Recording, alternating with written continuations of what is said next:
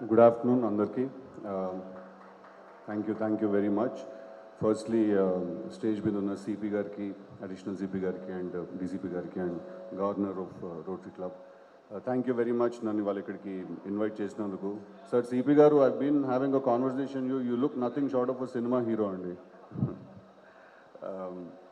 So firstly thank you so much ఇవాళ నన్ను ఇక్కడికి ఇన్వైట్ చేసినందుకు. Road safety and awareness week, very beautiful cause, social cause.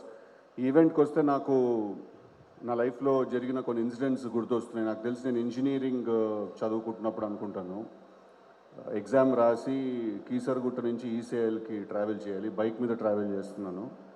ఇప్పుడు నాతో పాటు మా కాలేజ్ వాళ్ళే ఇంకోళ్ళు వస్తున్నారు బైక్ మీద. ఎవరో నన్ను ఓవర్టేక్ చేయడానికి ట్రై చేస్తే మా రెండు హ్యాండిల్స్ గుద్దేసుకుని నేను పడిపోయి, రెండు బైక్స్, తన బైక్ పడిపోయింది, మాది పడిపోయింది.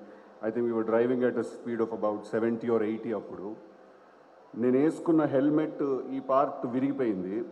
ఈ హెల్మెట్కి ఈ పార్ట్లో ఒక చాలా పెద్ద హోల్ పడింది. ఆ రోజు నాకేమీ అవ్వకుండా నేను బతికే ఉన్నాను అంటే దానికి కారణం ఆ హెల్మెట్.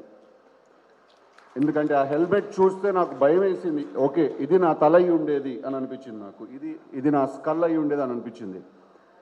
అలాగే ఒకసారి మెనీ ఇయర్స్ లేటర్ రాజమండ్రి దగ్గర నుంచి వస్తున్నప్పుడు ఎవరో డ్రైవ్ చేస్తున్నారు మా వాళ్ళు. ఏదో చిన్న రోడ్ మధ్యలో సడన్గా ఏదో బైక్ ఏదో రావడం వల్ల మేము బ్రేక్ కొట్టగలిసి వచ్చింది. స్కిడ్ కొట్టి కారు 360 degree టాప్లు అయిపోయి మొత్తం పడిపోయింది కారు, అంటే మొత్తం ఉల్టా పడిపోయింది కారు.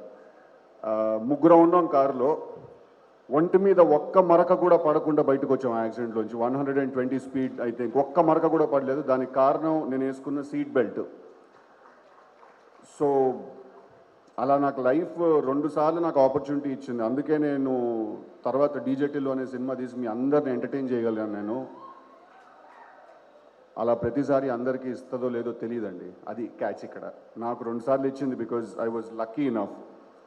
సో రూల్స్ గవర్నమెంట్ వాళ్ళు పెట్టేది మనం ఫాలో అవడం కోసం, మన సేఫ్టీ కోసం, అట్ ద సేమ్ టైం అవతల వాడి సేఫ్టీ కోసం కూడా. అది మనం గుర్తుపెట్టుకోవాలి. ప్రతి ఒక్కళ్ళకి ఇంట్లో వాళ్ళ రాధిక వెయిట్ చేస్తుంటుంది కదా, పోవాలి కదా ఇంటికి తిరిగి సేఫ్గా. సో మనం డ్రైవ్ చేసేటప్పుడు ఎప్పుడైనా రోడ్ మీద మనం ట్రావెల్ చేస్తున్నప్పుడు let's please make sure that మనం గవర్నమెంట్ వాళ్ళు పెట్టే రూల్స్ ఫాలో అవుతామని. ఎందుకంటే నాకు ఇప్పుడే జుబరైడ్ గారు చెప్తున్నారు అబౌట్ ది స్టాటిస్టిక్స్. ప్రతి సంవత్సరం ఎన్నో లక్షల యాక్సిడెంట్స్ జరుగుతున్నాయి, చాలా లక్షల మంది చనిపోతున్నారు. అండ్ దాంట్లో మేజర్లీ యూత్ చాలామంది ఉన్నారని. సరే, వాళ్ళు ఇంటికి బ్రెడ్ విన్నర్స్, వాళ్ళే డబ్బులు సంపాదించి ఫ్యామిలీని పోషిస్తారనే విషయం పక్కన పెట్టేస్తే, చాలా సంవత్సరాల వరకు కూడా మర్చిపోలేని, దానిలో నుంచి బయటికి రాని, కోలుకోలేని సంఘటన అవుతుంది అది. ఒక ఫ్యామిలీలో ఒక డెత్ ఏదైనా జరిగితే. సో అది మనం ఎవరికి కూడా మనం దానికి కారణం అవ్వకూడదు, అది మనం గుర్తుపెట్టుకోవాలి. సో ఐ హోప్ మీరు అందరూ డీజేటీలు మాట విని రోడ్ రూల్స్, సేఫ్టీ అంతా ఫాలో అవుతారని కోరుకుంటున్నాను. మన స్టేట్లో, మన దేశంలో మనం ఎంత రూల్స్ ఫాలో అవుతే అంత మనం అందరం సేఫ్గా ఉంటాము. మా స్టేట్లో ఒక రోజు రావాలి, అది ఎలా ఉండాలంటే 0 accidents reported this year అనే రోజు వస్తే అప్పుడు నేను కమిషనర్ గారితో మాట్లాడి సిటీ సెంటర్లో అట్లుంటుంది హైదరాబాద్తోని అని ఒక పోస్టర్ వేయిస్తాను. నేను ప్రామిస్ చేస్తున్నారా మీరు? థ్యాంక్ యూ అండి, థ్యాంక్ యూ వెరీ మచ్.